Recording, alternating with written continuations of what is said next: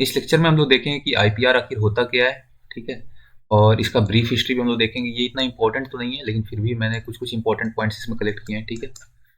और पिछले लेक्चर में हम लोग ने देखा था कि आईपी आखिर क्या होता है, इंटेलेक्चुअल प्रॉपर्टी।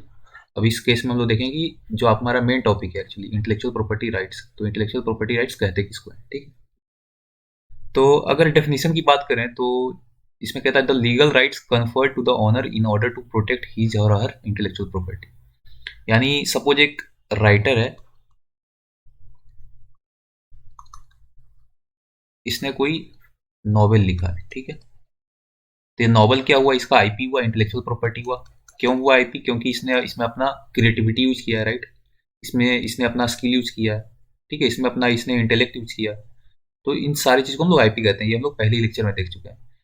तब इस नॉवेल को कोई कॉपी ना करे, इस नॉवेल को कोई कॉपी ना करे, पूरे नॉवल को कॉपी करने की जरूरत नहीं। सपोज इसका कोई पार्ट भी अगर कोई कॉपी कर लेता है तब भी इसका नुकसान है, राइट। तो इस नॉवेल को कोई कॉपी ना करे, इसके लिए इसके पास क्या राइट्स होना चाहिए, ठीक है। या आप कोई दूसरा एग्जांपल लेते हैं, सपोज कोई साइंटिस्ट है, ठीक है, कोई साइंटिस्ट है, तो ये कह लो नया डिवाइस बनाता है, ठीक है, या कह लो कोई नया फॉर्मूला खोजता है या कोई नया मेडिसिन बनाता है, ठीक है।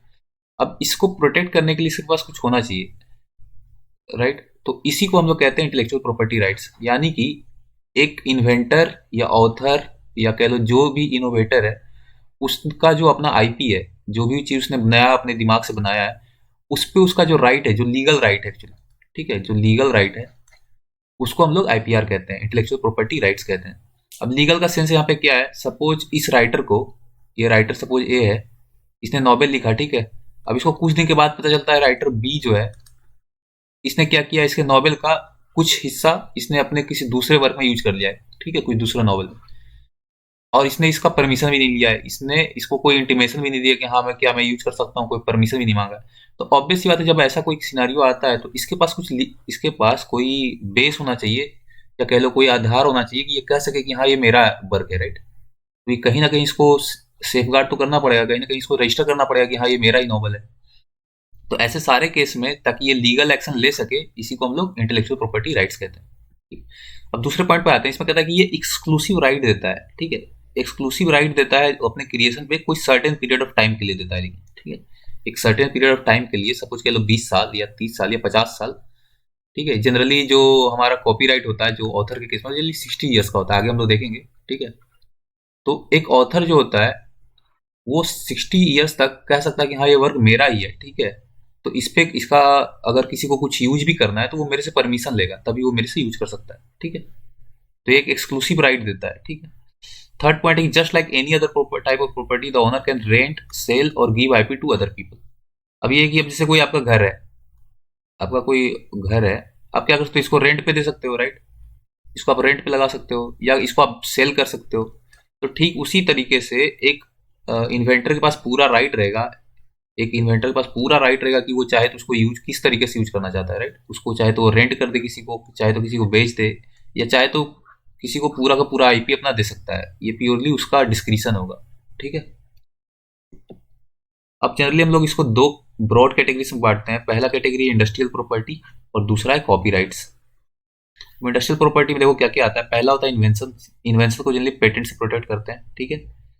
दूसरा है ट्रेडमार्क्स, ट्रेडमार्क्स जनरली लोगो वगैरह होता है, ठीक है। तीसरा इंडस्ट्रियल डिजाइंस। चौथा है जोग्राफिकल इंडिकेशंस। जोग्राफिकल इंडिकेशंस में आपने सुना ही होगा कि जैसे कहते हैं बनारसी साड़ी, राइट, बनारसी साड़ी, या कह सकते हो कश्मीरी पश्मीना, या आपने ऐसा भी सुना होगा क्या कह सकते हो आप इसको, बंगाल का रसगुल्ला, राइट। तो ये सारी चीज देखोगे तो ये सारा जो प्रोडक्ट है, जैसे इसके इसमें साड़ी, इस ये एक स्पेसिफिक ओरिजिन इसका दर्शा रहा है कि हाँ जो बनारस की साड़ी होगी वो, ठीक है। या उसी तरह पश्मीना कश्मीर का जो होगा, या रसगुल्ला जो इस पर्टिकुलर स्टेट का होगा। तो ये सारी चीज जोग्राफिकल इंडिकेशन में आते हैं, इसको हम लोग डिटेल से एक सेपरेट वीडियो में देखेंगे, ठीक है। अब कॉपीराइट्स में क्या क्या आता है। कॉपीराइट्स में जनरली आपका लिटरेरी और आर्टिस्टिक वर्क्स आता है, जैसे कि नॉवेल कह लो, पोएम कह लो, प्लेस कह लो, फिल्म्स, म्यूजिकल वर्क्स, एटसेट्रा, ठीक है। फिर आर्टिस्टिक वर्क जैसे drawing, painting, photographs, sculptures, architectural designs etcetera.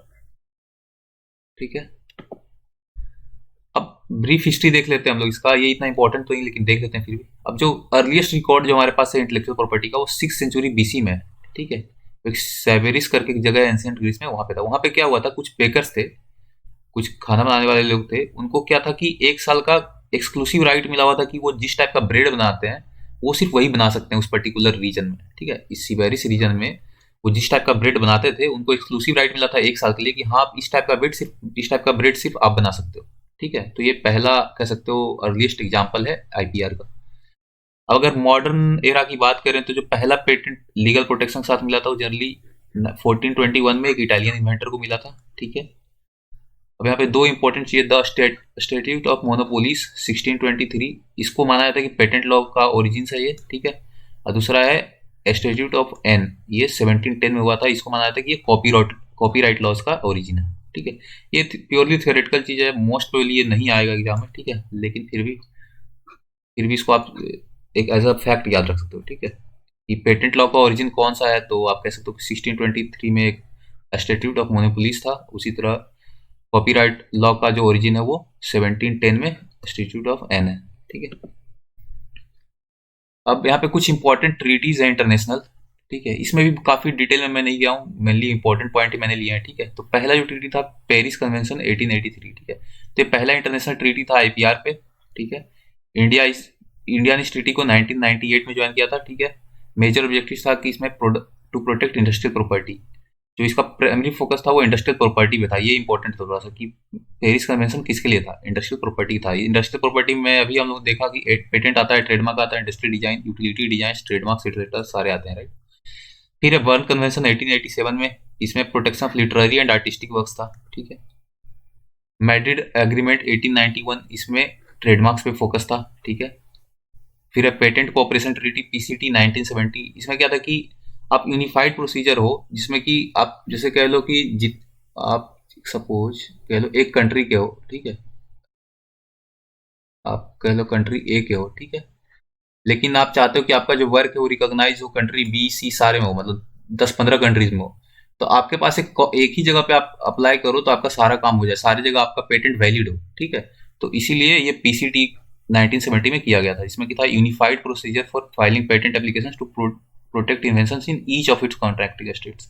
ठीक है, फिर है यूरोपियन पेटेंट कन्वेंशन 1973, ये मल्टीलैटरल ट्रीटी था, ये जनरली यूरोप पे फोकस था इसका। ठीक है, यूरोप के नेशंस के बीच में। इसमें जो फोकस था मेनली वो बायोटेक इन्वेंशंस पे था, ये थोड़ा सा इंपॉर्टेंट पॉइंट है। ठीक,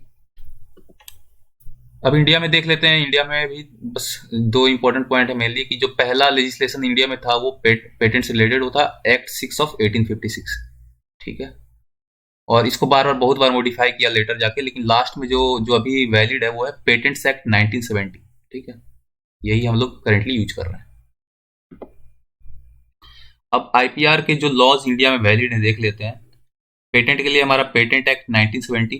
ठीक है, कॉपीराइट के लिए copyrights act 1957। For trademarks we have trademark act 1999। For industrial design we have designs act 2000। For geographical indication we have geographical indications of registration and protection act 1999।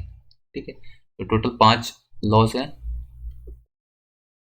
अब कुछ इंपॉर्टेंट एमसीक्यूज देख लेते हैं। इसमें पहला है कि Paris convention 1883 was for granting the protection to trademark patents trademarks industrial design all of देव।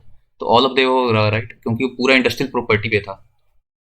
ठीक है, ये इंडस्ट्रियल प्रॉपर्टी पे था इसका फोकस, इसमें सारे आते हैं पेटेंट्स ट्रेडमार्क्स इंडस्ट्रियल डिजाइन। दूसरा देखते हैं बर्न कन्वेंशन 1887 में जो था वो किसके लिए बनाया गया था, तो वो लिटरेरी एंड आर्टिस्टिक वर्क्स के लिए था, ये हम लोगों ने पहले ही देख रखा है। ठीक है, नेक्स्ट क्वेश्चन देखते हैं, which of the following does not come under industrial property, तो novels, trademarks, industrial design, patent. अब ये नॉवल ऑब्वियस बात है कॉपीराइट के अंदर आता है, राइट, ये कॉपीराइट के अंदर आता है। ये बाकी सारी चीजें इंडस्ट्रियल प्रॉपर्टी के अंदर आते हैं। ठीक है, तो इसका आंसर ए होगा। नेक्स्ट क्वेश्चन देखते हैं, which of the following does not come under copyright protection, photographs, painting, scientific inventions, poems. देखो साइंटिफिक इन्वेंशन तो आपका कॉपीराइट में नहीं आएगा, ये तो पेटेंट में आएगा, राइट, ये तो आपका पेटेंट में आएगा जो कि इंडस्ट्रियल प्रॉपर्टी का हिस्सा है, इंडस्ट्रियल प्रॉपर्टी। तो आपका आंसर होगा इसमें साइंटिफिक इन्वेंशंस। ठीक है, तो नेक्स्ट लेक्चर में हम लोग देखेंगे कि आईपीआर जो है एंटरप्रेन्योर्स के लिए इम्पोर्टेंट क्यों है। ठीक है, काफ़ी ये भी छोटा सा वीडियो होगा। Okay, thank you.